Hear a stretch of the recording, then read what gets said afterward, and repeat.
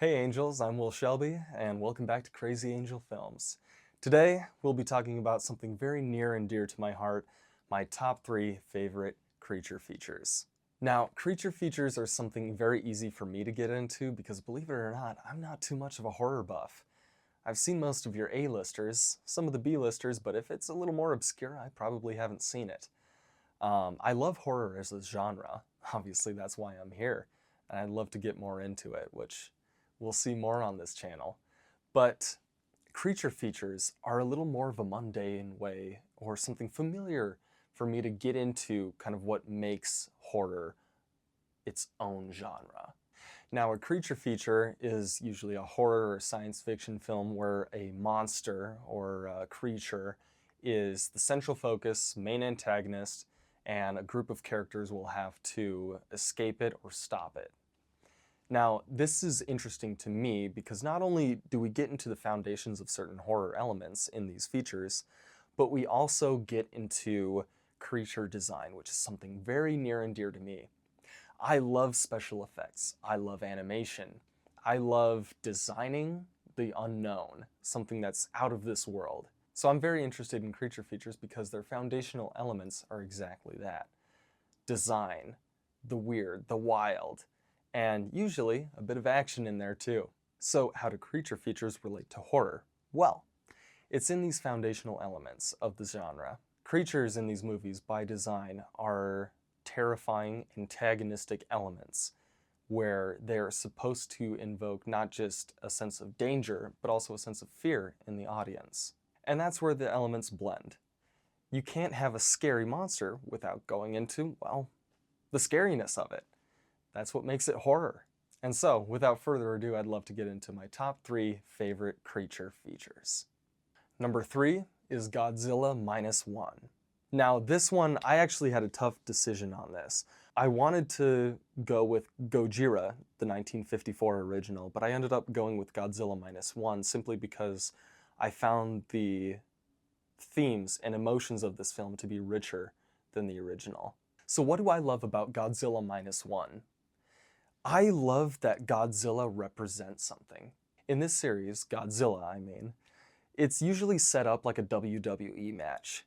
A monster has to fight Godzilla, or Godzilla has to fight another monster, and then there's a half-assed human plot somewhere in between that brings the two monsters together, and then they fight. These fights are cheesy, but very entertaining, and I love every now and then getting a pizza, sitting down, and watching these movies with my brother.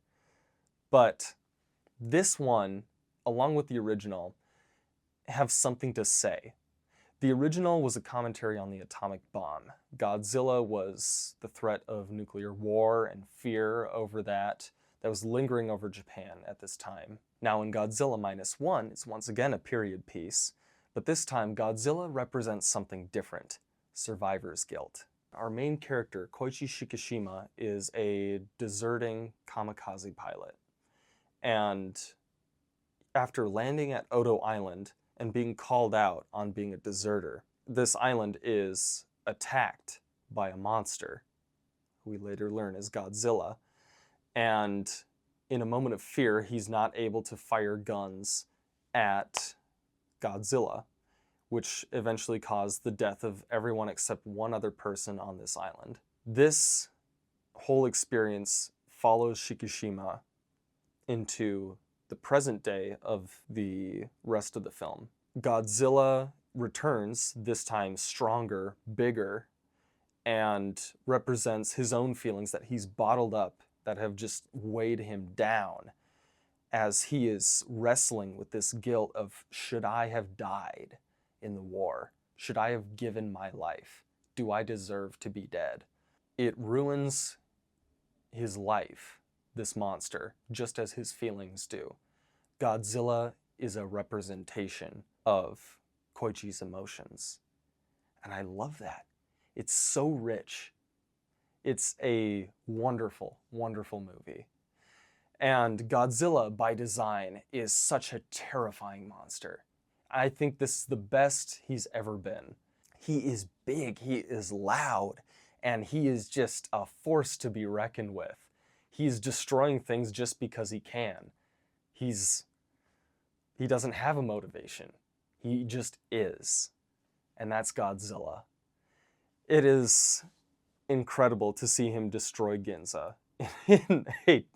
It's both terrifying and awe-inspiring at the same time.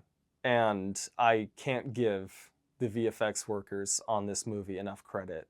As small as a team as it is, and with the tiny budget that they had, relatively speaking, of course, I think it's incredible that they were able to come up with a monster as great as that Godzilla looks, along with a story that matches the passion that they put into it. And that's why I adore Godzilla -1. Moving on to number 2, we have Alien. If you've seen our intro video, you'll see I'm wearing an Alien hoodie in that. And that's because Alien isn't just my second favorite creature feature, but it's also, honestly, one of my favorite horror movies, period. The movie I find very thematically interesting. The character, I should say, the monster itself, the xenomorph, as it's later dubbed in Aliens, the sequel, is purposefully designed to be phallic in nature. The way the animal reproduces is inherently, or I should say purposefully, reminiscent of sexual assault.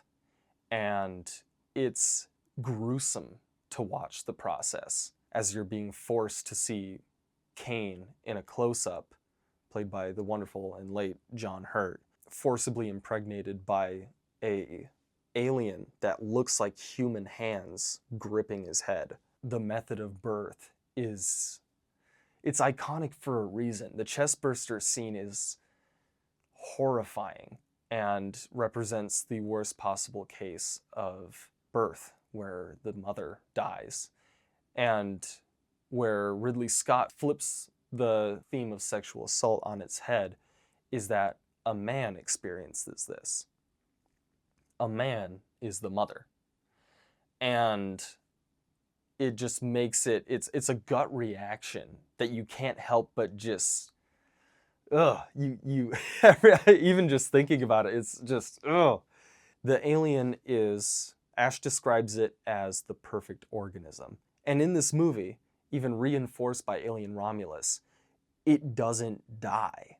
But the creature itself, I think, is brilliantly designed by H.R. Geiger. And I think even if you haven't seen the Alien movies, you know the design of the xenomorph. It's a living machine. And I think the design of that creature is just so creative and horrifyingly perverted that it absolutely, I think, deserves its spot in one of the most iconic horror villains or monsters of all time. So, moving on to number 1, and this might come as a shock to some of you, but it's King Kong, directed in 2005 by Peter Jackson. Now, what makes this King Kong better than the original?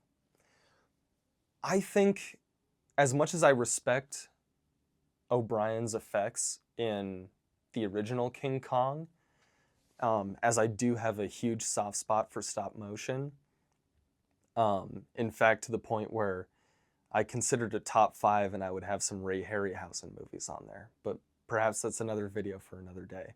I think where the original film was impressive in its special effects for the time, I think it has aged poorly in the way it portrays women, and the plot itself, I think, runs by too fast and is a bit too cheesy, I think, for my liking. In Peter Jackson's King Kong, I think everything is portrayed more tastefully, and it really drives home the fact that Carl Denham, Jack Black's character, the director of this film, he's a villain, and what he's doing is wrong.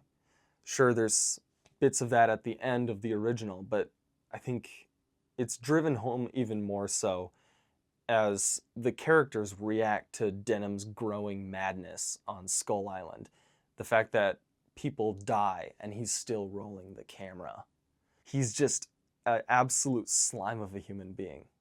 But Peter Jackson's King Kong is a story of adventure, romance, and almost reminiscent of Beauty and the Beast in the way that this monster, although scary, eventually falls in love and dies because of it. I think King Kong is the best he's ever been. Even with the new Monsterverse, I think this Peter Jackson got King Kong down. His emotions are brilliantly shown by Andy Serkis. You can feel what he's thinking. You can see what he's thinking in those tiny little moments where Anne takes a look at him after scolding him, or just taking a glance, and you can see in those long, old, painful eyes that he's just experiencing so much. Even if he can't say it, he's experiencing it. I think the animal is wonderfully portrayed like that. I also love his design. He's got scars all over his chest. He's got matted fur. He's been in battles. He's the last of his kind, and he's survived by the skin of his teeth. He has fought and killed probably every monster on the island, and he has the scars to show for it. I love that bit of the character's design. Now, I think it's also the most tragic when we see the relationship between him and Anne. But I can't even say in this one that it's a romantic love. It's just he's finally found something gentle in his world, and he loves it. It's not a romantic love. I don't want to go out and say that. I want to say that it's something more genuine, more primal. And it's something that he refuses to let go, even when he's taken out of Skull Island into New York and put in an unfamiliar environment. And when he's running around scared in Times Square, all he needs is Anne, and suddenly he's a little more calm, to the point where all he does is he eventually climbs up the Empire State Building, because it's the only place that feels a bit like home, where he's back on his mountain, and he just wants to be back where he's safe, and Anne makes him feel safe. And unfortunately, 'twas beauty that killed the beast. His love made him vulnerable, and he chooses to look at Anne in his last moments without seeing the last plane that comes by and kills him. It's such a emotional movie, although it definitely does have its scary bits, such as the bug sequence in the cave, the V-Rexes, and if you're watching the extended version, the swamp sequence. What I find most interesting about it is that this scary monster, Kong, feels genuine love, and he's humanized for it.